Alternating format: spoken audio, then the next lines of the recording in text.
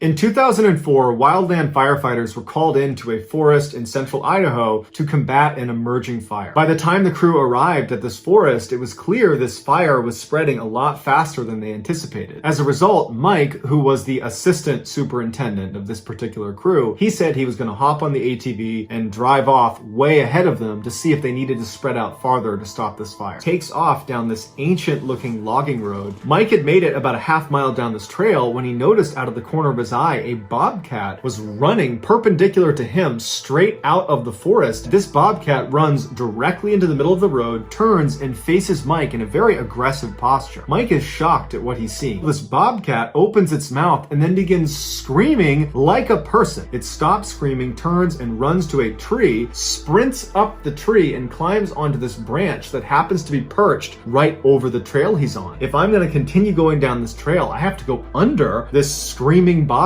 And so he throws his ATV in gear, and as he got closer and closer, he just gunned it and sped underneath the branch. He turned up to look, and the bobcat had turned around and was still watching him very intently. Mike makes it about another half mile down the road before he sees something else that's very strange. He sees this little tiny cabin. I do need to stop and make sure no one's in there because there's this huge fire coming this way. And so he parks his ATV and he starts walking off the trail towards this cabin. He can tell it's not only a very old cabin, but it's almost certainly abandoned. But when he got up close, he noticed something strange. The doorknob was missing, and in its place was this shiny silver chain link that was thread through the opening around a wooden post that was right outside the door. And so he bends down to look through the space from where the doorknob should have been. There's all this furniture, and it's all upside down. And he starts walking back towards the road. He jumps on his ATV, he whips it around, and he starts blazing back up the logging road. And when he turns the corner to where that bobcat was, he sees there is now a Native American woman standing in the middle of the path. And before he has a chance to do anything, this woman lets out a blood-curdling scream that is identical to the bobcat's scream. And she runs to the same tree the bobcat had climbed earlier, and she climbs up this tree and gets onto the branch where the bobcat was and perches like an animal on the branch looking at Mike. And as soon as he got close, he gunned it and went right underneath her. And he turned around and she's still on the branch facing him as he drives away. He goes back, he tells the crew what he saw, and as much as they all want to go back and see this woman and see this cabin, they know they can't. They gotta fight this fire. They do that and then they leave. A couple of days later, Mike was in a bar in the town right near the forest, and he struck up a conversation with a local. And he said, "Hey, do you know of any buildings that are in that section of the forest?" And the guy kind of laughed and he was like, "The only building I ever heard of out there was apparently some cabin where some crazy lady thought of herself as a witch and she apparently had a bobcat for a pet. We as kids were just told to stay away from there. Besides that, I don't know."